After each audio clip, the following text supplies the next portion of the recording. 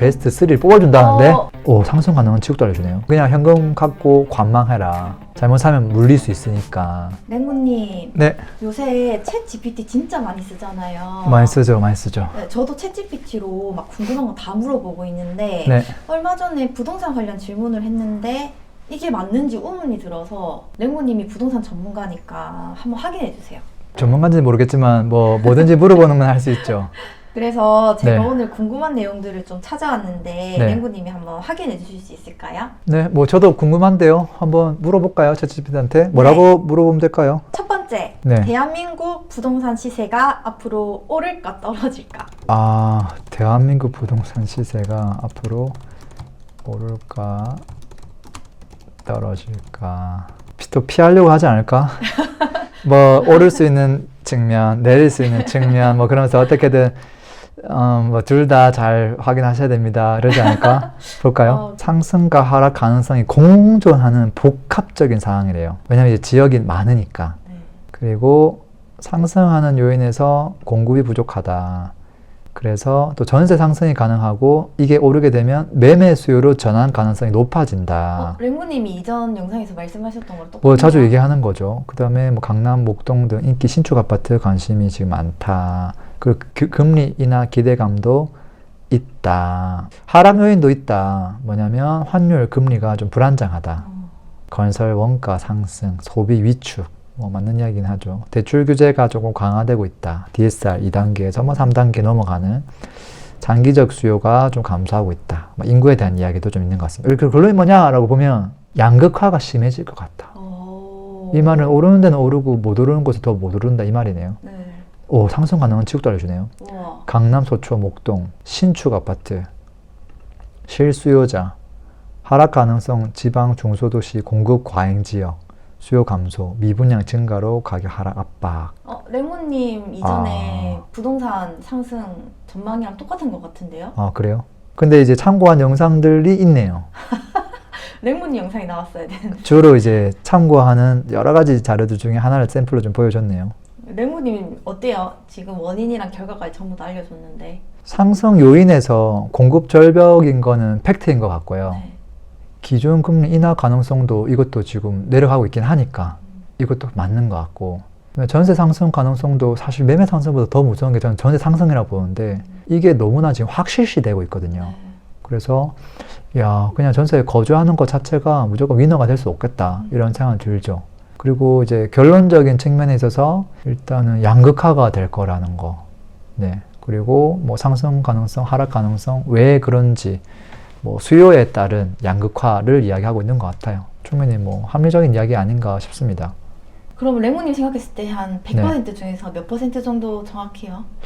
제가 뭐 정답지가 아니니까 평가할 수 없기는 한데 그냥 제 생각하고 그래도 맞는 부분들은 많다 이런 생각은 하죠.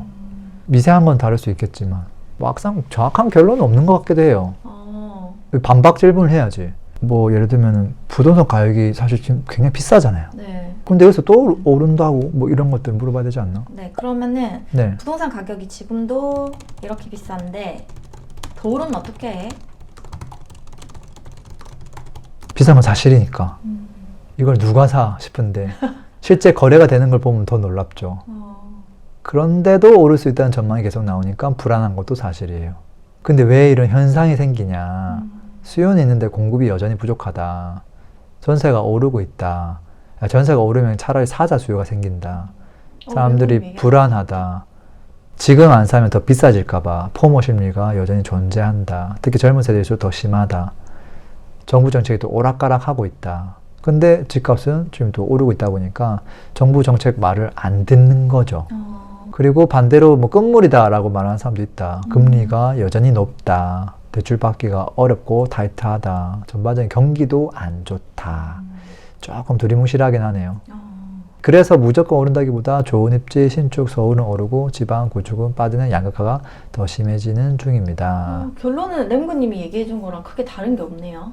근데 어쨌든 사실 정답은 없잖아요. 미래를 정확히 알 수 없으니까. 근데 중요한 건 GPT가 공감했던 것처럼 진짜 지금 우리 많은 분들이 현실적인 고민을 하고 있다라는 생각을 하기는 하고요. 근데 이걸 이제 뭐 어떻게 하면 될까? 양극화를 어떻게 하면 없앨 수 있을까? 뭐 이런 생각도 드네요. 우리 개인의 입장에서는 이걸 어떻게 해야 될까? 그러니까 좋아. 그럼 개인은 어떤 선택을 해야 돼? 자, 볼까요? 서울에 고유적 취할 수 있는 세 가지다. 무리하지 않은 선에서 내 집 마련한다. 야, 전세가 많이 올랐고 금리 인하 신호가 나타나기 시작했을 때 그때 매매 전환 타이밍이다. 와, 타이밍도 알려주네. 전세가가 지금 최근에 올라가고 있는 중이긴 하지만 엄청 많이 올랐다고 볼 수는 없거든요. 1, 2년 동안 만약에 많이 오른다고 하면, 그리고 또 그 기간 동안 금리 인하가 내려가면 진짜 좋은 타이밍이라고 얘기를 해주네요. 장기 투자보다 입지 교체 전략. 입지 교체 전략이 갈아타기네, 한마디로. 아, 갈아타기를. 네, 덜 오른 지역에서 더 많이 오른 지역으로, 더 오를 지역으로. 사실 이 지역이 더 많이 올랐거든요. 네. 결국은 좀 더 좋은 입지로 가라는 거네. 그게 아니면 그냥 현금 갖고 관망해라. 잘못 사면 물릴 수 있으니까 이것도 선택지가 될 수 있죠. 네가 선택하라 이거네요. 한국 부동산 가격이 네. 해외 대비해서 어떤지도 궁금해요. 한국만 유독 비싸면 거품일 수 있으니까 한국의 부동산 가격이 물어볼게요. 네. 한국 부동산, 특히 서울의 집값은 해외 주요 도시들과 비교했을 때 비싸다, 고평가되는 경우가 많다. 단순 가격만 비교하면 오해 소지가 있어서 몇 가지 기준으로 나눠서 해봐야 된다. 오, 서울 아파트 중위 가격이 13억. 와, 여기는 이제 환율까지 감안했네. 와, 도쿄, 시드니, 파리 등과 비슷하거나 더 높다. 베를린, 로마, 밴쿠버보다는 높고 뉴욕, 홍콩, 런던보다는 낮다. 뭐 절대 가격을 놓고 보면. 그 다음에 소득 대비 주택 가격은 어떠냐. 와, 제일 높네요. 다른 곳들, 뉴욕이 아까 집값이 절대값 더 높은데 소득 대비로 보면 서울이 너무 비싸다. 우리가 돈은 좀 못 버는데 집값만 엄청 비싸다. 그 말이죠. 그 말이죠. 그러니까 이제 이 거품이다 이런 이야기를 또 하는 분들이 계속 있거든요. 공급 구조와 제도의 차이. 결론은 뭐냐? 소득 대비 부담은 세계 최상위권이다. 공급 구조상 불균형으로 변동성이 매우 크다. 근데 저는 이거 한마디 좀 하고 싶어요. 제가 미국도 임장을 가보고 일본도 임장을 가본 결과 그 나라의 주거의 대표적인 부동산이 전부 주택이에요. 주택하고 우리나라 주택을 비교하면은 맞을 것 같아요. 소득 대비 주택 가격? 근데 우리나라는 좀 특수하게 아파트 공화국이잖아요. 아파트를 다 살고 싶어 하잖아요. 근데 아파트를 공급하는 게 진짜 어렵거든요. 그리고 실제 그 아파트를 짓는 데 들어가는 비용도 주택 그거 하나 짓는 비용보다 훨씬 많이 들어가거든요. 아, 그래요? 그럼 그거를 감안해서 이야기를 해야 될 것 같은데 질문해 볼게요. 자, 한국은 주거 중심이 아파트잖아. 일본은 주택이 엄청 아파트. 많고 말이야. 서울에서 중산층이 살고 싶은 부동산은 아파트인데 아파트는 효율성이 있고 비싼 것처럼 보이는 것 아닐까? 특히 PIR 대비 말이야 라고 물어볼게요. 네, 날카로운 분석이에요. 어, 거의 전문가. 랭모님을 전문가 했는데요. 말씀하신 것처럼 한국의 아파트와 일본의 맨션은 같은 단어를 부르지만 속성 자체가 다르기 때문에 단순 비교는 왜곡이 있을 수 있어요. 주거 중심이 아파트가 60, 70이거든요. 네. 근데 일본은 여기 보면 단독주택 맨션이 혼재돼 있거든요. 맞네. 세대수도 사실 200세대, 1000세대 넘는 것도 엄청 많죠. 지금 뭐 6000세대, 뭐 만세대도 있는데 여기는 10세대에서 50세대가 일반적이에요. 그러니까 우리나라도 저 정도 되는 거 하면 오피스텔보다 못한 이런 거잖아요. 그런 건 지금 저렴하잖아요. 그럼 그거 대비 소득으로 해보면 분명히 낮아질 거거든요. 관리사무소, 경비, 놀이터, 뭐 이런 커뮤니티 거의 없고, 네, 놀이터, 산책로, 체육시설 여기 거의 없고, 토지 가치가 여기 비쌀 수밖에 없겠죠. 단독주택 선호문화 때문에 맨션은 토지 지분이 매우 작고 고급 마감하는데 기본 형태 설계고, 아파트 중산층, 상류층 상징하고 맨션은 중저가 주거지 다세대용. 자, 이랬을 때 뭐냐, 대단지의 고급화의 희소성이 반영되어 있기 때문에 여기는 라이프스타일 패키지다. 그래서 여기에 프리미엄이 붙을 수밖에 없다. 토지가 더 크고 지분도 더 크다. 중산층이 원하는 주택 유형이 지금 아파트밖에 없다. 재건축 기대감도 있다. 그래서 얘가 하는 말은 PR이 왜곡될 수 있다. 인정을 하네요. 일본은 맨션의 기본형 주택이라 PR이 낮게 나올 수밖에 없고 한국은 아파트만 진짜 집이라는 전제가 있기 때문에 PIR이 인위적으로 높게 보이는 측면이 있다. 결론은 서울의 아파트는 단순 집이 아니라 복합적인 가치가 결합된 자산이다. 그래서 답답하다. PR 비교는 구조적 한계가 있습니다. 저거를 있는 그대로 믿으면 안 됩니다. 라고 지금 이야기하는 거잖아요. 반론을 하니까 그에 대해서 다시 정리를 해주네요. 정확하게 질문을 해줘야 되는 거죠. 아, 질문 자체가 중요하구나. 그러면 서울에서 네. 한 10억 정도의 아파트 네. 지금 사는 건 어떻게 생각하는지. 서울에서 10억 정도 수준의 아파트를 지금 시점에 사는 건 어떻게 생각해? 한번 물어볼까요? 매우 현실적인 질문이라고 얘기하네요. 결론부터 얘기하면 실거주 목적 안정적인 자금 계획이 있다면 나쁘지 구매는 나쁘지 않다. 하지만 단기 시세 차익 기대나 과추를 과하게 끼는 경우 리스크가 크다. 너무 당연하죠. 왜 그런가 하니까 지금 집값이 반등하고 있다. 알고 있는 23년 중반부터 반등 시작했다. 일부 서울 지역은 실거래가 최고가를 돌파했다. 하락장이 끝났다는 분위기가 이미 형성돼 있다. 와, 예리하네요. 금리 상황이 지금 핵심 변수다. 아직 지금 고금리이긴 하다. 근데 점진적 인하 가능성이 있다. 느리게 가고 있다는 거죠. 사실 이게 느리게 간다는 것도 어느 정도 지금 우리가 다 예상하고 있는 부분이거든요. 되게 천천히, 우리가 기대하는 것보다 더 천천히 내려갈 거다. 중요한 건 방향은 내려가는 거니까. 그 다음에 10억 아파트는 양극화에서 중간지대다. 그래서 이 중산층이 노리는 전세에서 매매로 갈아타는 이 핵심 가격대, 여기서 이제 입지와 단지에 따라 희비가 많이 갈릴 것이다. 그러니까 여기는 좀 공부를 좀 많이 해야 된다는 거죠. 고민을 많이 해야 된다. 그 다음에 위치, 입지를 고려하라는 거고요. 고려할 세 가지가. 두 번째는 자금, 그 다음에 실거주할 건지 투자할 건지 확실하게 해라. 거기에 따라 또 매도 전략, 세금 전략 이런 거 달라질 수 있으니까 쭉 해서 요약을 해가지고 지금 사면 괜찮겠다는 결론이네요. 랭구님은 어떻게 생각하세요? 10억대 아파트 지금 산다는. 저도 안 하는 것보다는 하는 게 낫다고 보죠. 과도하게 사지 않는다면.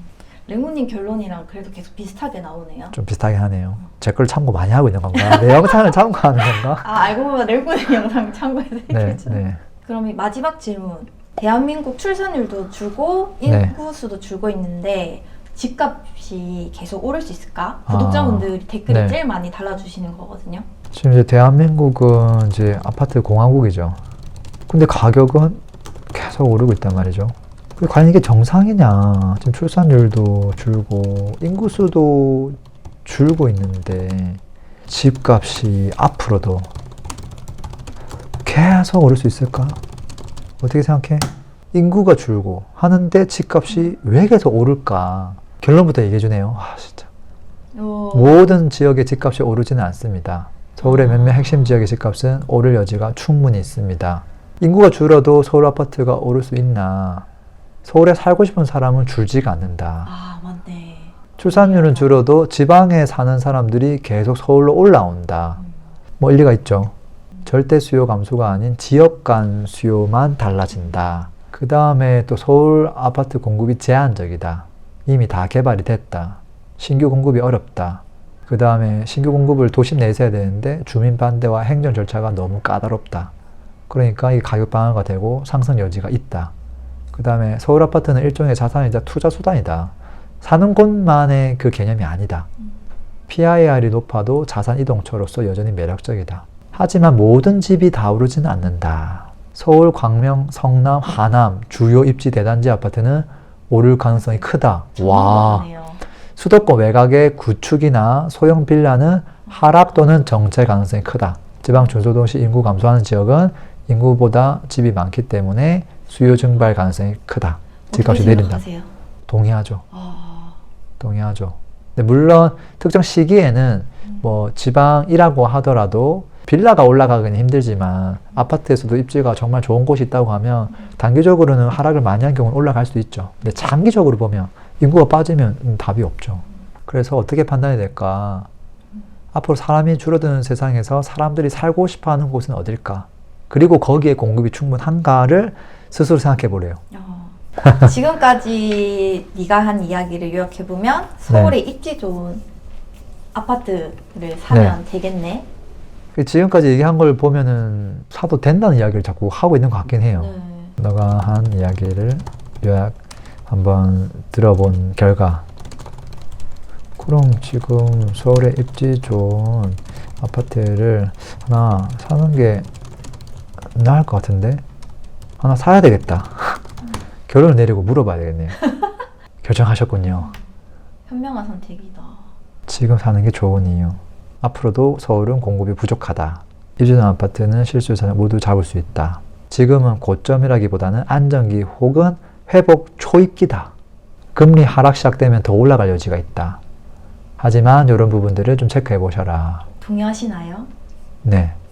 추천 전략, 입지, 브랜드, 대단지. 이왕이면 재건축 가능성이 있는 오래된 아파트도 고려할 만하다. 입지가 좋은 곳이라면 충분히 고려할 만하죠. 베스트 3를 뽑아준다는데 뽑아달라 해주세요. 뽑아달라 할까요? 네. 금액대를 알려줘야 되겠는데 지금 예산대가 10억 초반인지 15억대인지 따라 달라진대요. 그럼 한 13억대 언저리 해볼까요? 한 네. 12억에서 13억. 그래서 베스트 5건. 5건. 이게 시세가 그 기준이 있어야 되겠다. DMC 바퀴부는 살 수 있는데 못 사는 아파트 너무 많은데 84 타입이 못 사는데 한강 센트럴 못 사는데 고레일 84 타입 뭐 죽어도 못 사는데 최신 실시간 데이터로 다시 뽑아줘. 뭔가 거시적인 경제 관점에서는 괜찮은데 이런 실시간 실거래가는 좀 약해요. 아깝다. 그 거래가 없는 아파트는 얘가 시세 확인을 진짜 못합니다. 한 개만 체크해 볼까요? 네. 자, 한강 센트레빌 84 타입 전용, 고레힐 84 타입 17억이 넘어가야 되는데 13억이래. 그러면 오늘 챗GPT 네. 사용한 소감에 대해서 좀 알려주세요. 뭐 전반적으로 뭐 저보다 나은 부분이 많이 있는 것 같습니다. 일단 잘 정리해서 주니까 뭐 어떤 A 측면, B 측면, C 측면 그리고 결론도 빨리 얘기해주고 그리고 또 입지 좋은 것들을 강조를 여러 번 했거든요. 그리고 타이밍적인 것들도 잘 설명을 해줘서 참고는 할 만하다 이런 생각은 합니다. 그 주의사항 같은 게 있을까요? 챗GPT 사용 시? 이제 그런 건 있죠. 이 데이터가 어떻게 나왔냐라고 보면 만약에 질문을 23년 초에 했다면 어떤 결론이 나왔을까? 그때 이제 떠돌았던 인터넷에 있는 글을 수집했겠죠. 부정적인 글이 그때 더 많았거든요. 분명히 지금은 사면 안 되라는 이야기를 많이 했을 것 같아요. 최근에는 이제 아무래도 좀 상승하는 것들이 보이다 보니까 뭐 좀 올라갈 수 있습니다라는 어떤 글들이 많을 거고 아까 또 유튜브 영상을 참고 많이 하는 것 같아요. 그랬을 때 그 유튜브 영상에 나왔던 뭐 찬성 의견, 뭐 반대 의견 그런 것들을 다 취합하는데 아무래도 찬성하는 컨텐츠가 많으면 오를 것 같아라고 얘기할 것 같거든요. 사실 그렇게 하면 안 되잖아요. 네. 원 데이터를 가지고 결론을 내려야 되는데 사람들이 한 이야기만 한다는 말은 나중에 대중들이 그냥 A라는 이야기를 많이 하면 그걸 제시한다는 거잖아요. 그렇게 하면 안 되잖아요. 그렇게 해가지고는 절대 대중을 앞서갈 수가 없기 때문에 오히려 그렇게 하면 나중에 위험해질 수 있죠. 모든 사람들이 만약에 서울 아파트는 무조건 사야 돼, 안 사면 안 돼 이렇게 하는 것들이 더 심해진다고 하면 컨텐츠가 더 많아진다고 하면 더 이제 강조하는 이제 결론이 나오지 않을까. 그래서 챗GPT에 의지해서 투자하기는 쉽지는 않겠다. 이것도 결국은 참고 사항이다. 물론 유튜브도 다 참고 사항이고 뭐 제 영상도 참고 사항이지만 이거는 유튜브를 참고해서 만드는 거의 수준이기 때문에 오히려 유튜브를 만드는 사람은 그래도 뭐 다른 것들을 많이 보거든요. 그러니까 이건 좀 문제가 있다. 오늘 결론을 보면 이거 네. 이제 유튜브를 참고하는 것 같으니 그냥 유튜브를 보는 게 낫겠다. 그럴 수도 있겠네요. 그리고 유튜브를 보더라도 그 사람이 이제 어떤 내용, 어떤 근거를 가지고 얘기하는지를 좀 참고하시면 좋을 것 같고, 그 다음에 이제 워낙 이제 챗GPT가 실제 예전 데이터, 예전에 있었던 사례, 그런 어떤 사건, 그걸 기반으로 이제 어떤 일이 있었고, 우리가 이걸 객관적으로 어떻게 판단해야 되는지, 과거에 있었던 걸 가지고 깊게 물어보는 거는 저는 꽤 괜찮은 것 같아요. 일반에 그걸 다 찾아보기 힘들거든요. 네. 오늘도 재미난 분석해 주셔서 감사합니다. 네, 또 뭐 다양한 주제로 챗GPT를 한번 괴롭혀 보면 좋을 것 같기는 합니다. 오늘도 들어줘서 고맙습니다.